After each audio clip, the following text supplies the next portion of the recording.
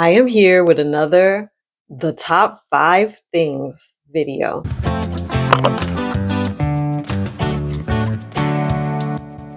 Last week, I was interviewed by another YouTube channel called Real Retirees Uncut, and I answered 17 questions. I enjoyed the questions so much, and I thought they were so important that I would like to expand upon one particular question today. And that question was, what was your approach to saving and planning prior to retiring? And so I have five top things that I did. Number one, I lowered my expenses. So I did this in order to match my new lower income. I, for one, was not aware that my retirement income would be so much lower than my regular income. It's about 1/3 of what I was accustomed to earning. And so I had to make some serious adjustments. First, I paid off a lot of debt. I'll get more into that later. Another, living below my means. I'll get into that as well a little bit later in this list. Another thing I did was cook at home as much as possible, and I continue to do that today. So I will look all through my pantries, through my freezers, and throw something together rather than eating out. I use the food in my garden as part of my regular routine of cooking, and I store the things in the garden that I can in the freezer so that I don't have to buy that produce, and it could last me a few months. Now, don't get me wrong, I do allow myself to have snacks and to have treats like eating out now and then. I just don't make it a habit. Shopping wisely is very important. Buying bulk food, even like my milk, I buy way more milk than I would need in a week because it's much, much cheaper. It's half the price to buy it bigger. Number 4, pay off debt. So my biggest debt before retiring was a pension loan that was I owed about $30,000 on that. And I would not have been able to afford to retire in the way that I am with that debt. And so I made sure I paid that off before retiring. Student loans. I was fortunate enough that my brother pushed me to go through the public service loan forgiveness program and get most of my student loans forgiven. I owed originally $65K. Now I owe $15K in my student loans. The car note. Using the proceeds of, well, first, when I got that car, I told the story of it in another video, but I only owed $10K on the car when I bought it 2 years ago. And during that first year, I made double payments. Then when I sold the house in 2024, I used part of the proceeds to pay off the rest. It was 5K left, or a little bit less than 5K that I paid off, so I don't have to deal with a car note every month. I paid off any remaining credit cards. I had been doing that over time before retiring, so those were all done. Home Depot and Lowe's lines of credit, all paid off. And importantly, in paying off debt, I have a solid plan to continue pay my mortgage and student loans off by the age of 70, hopefully prior. And another important thing in paying off debt is not being in a situation where I will be creating new debt for myself. And that happens in the unexpected emergencies. So maintaining a good emergency fund is so important.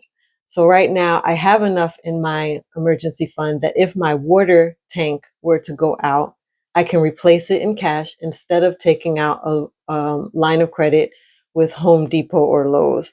That's one of my biggest worries because I'm not really sure of the age or condition of that water heater.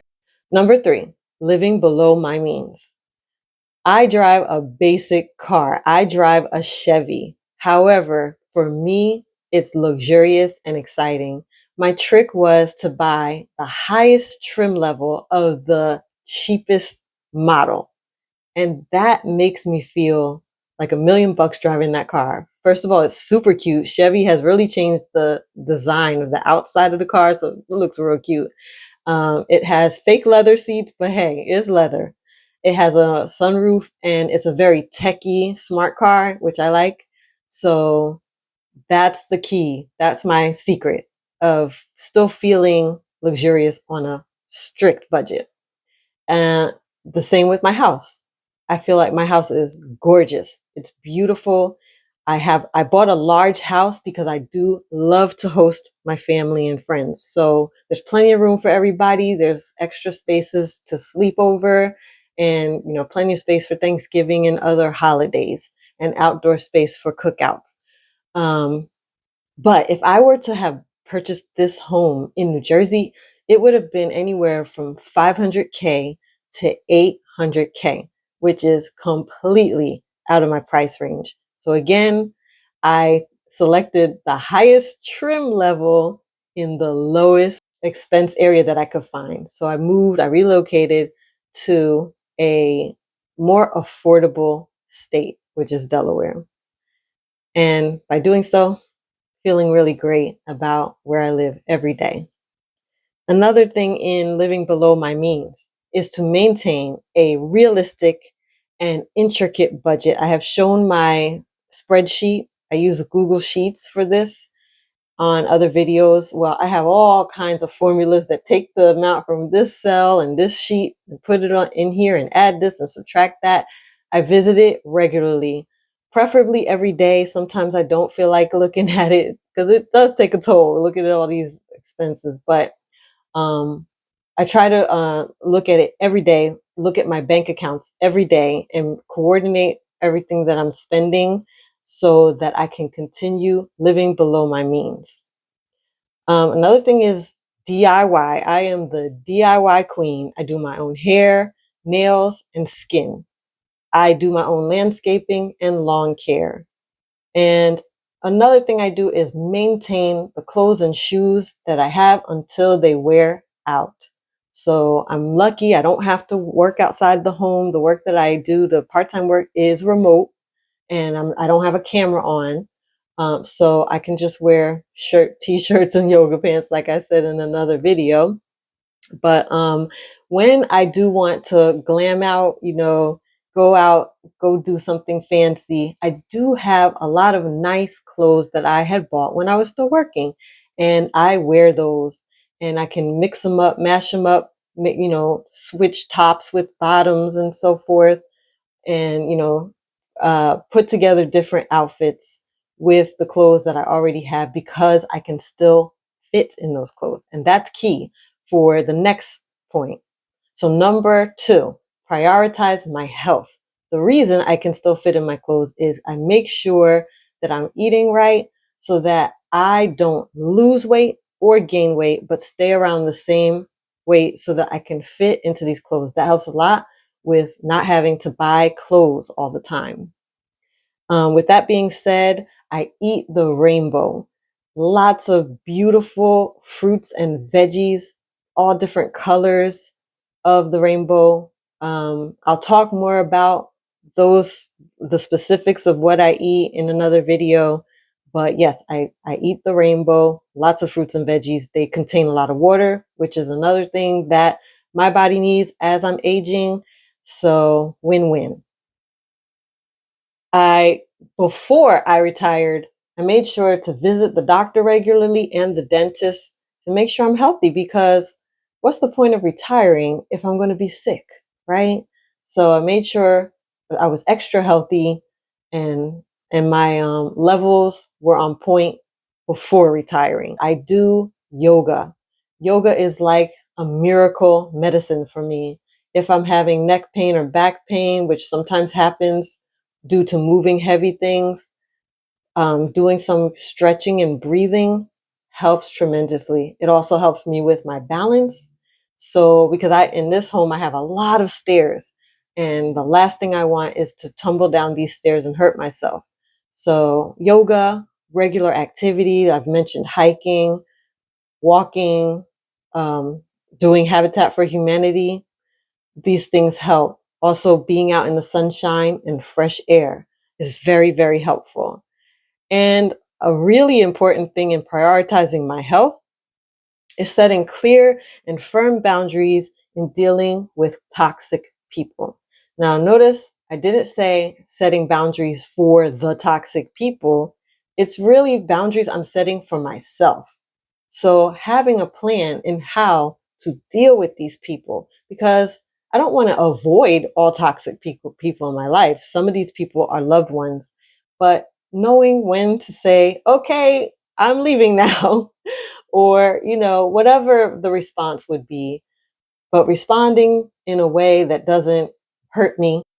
Number one, change my mindset. This is the most important thing that I had to do before retiring. If I hadn't done this, I would still be in that toxic work environment that I was.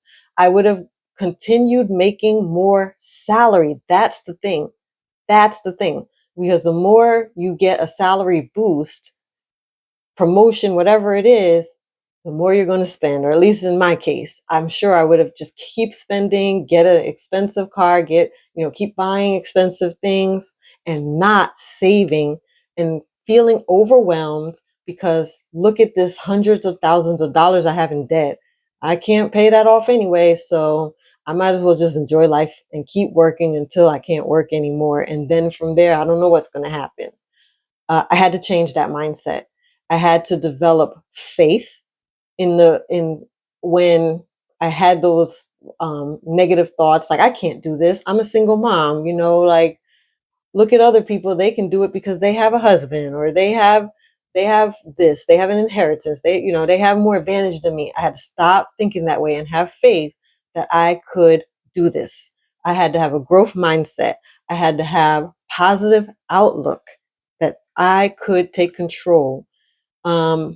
And I had to be creative. Like, okay, maybe I don't have a husband, but I do have this. I do have a home with equity in it. That might help here. I might not have a 401k, but I do have a pension for life. That might help here. So changing my mindset.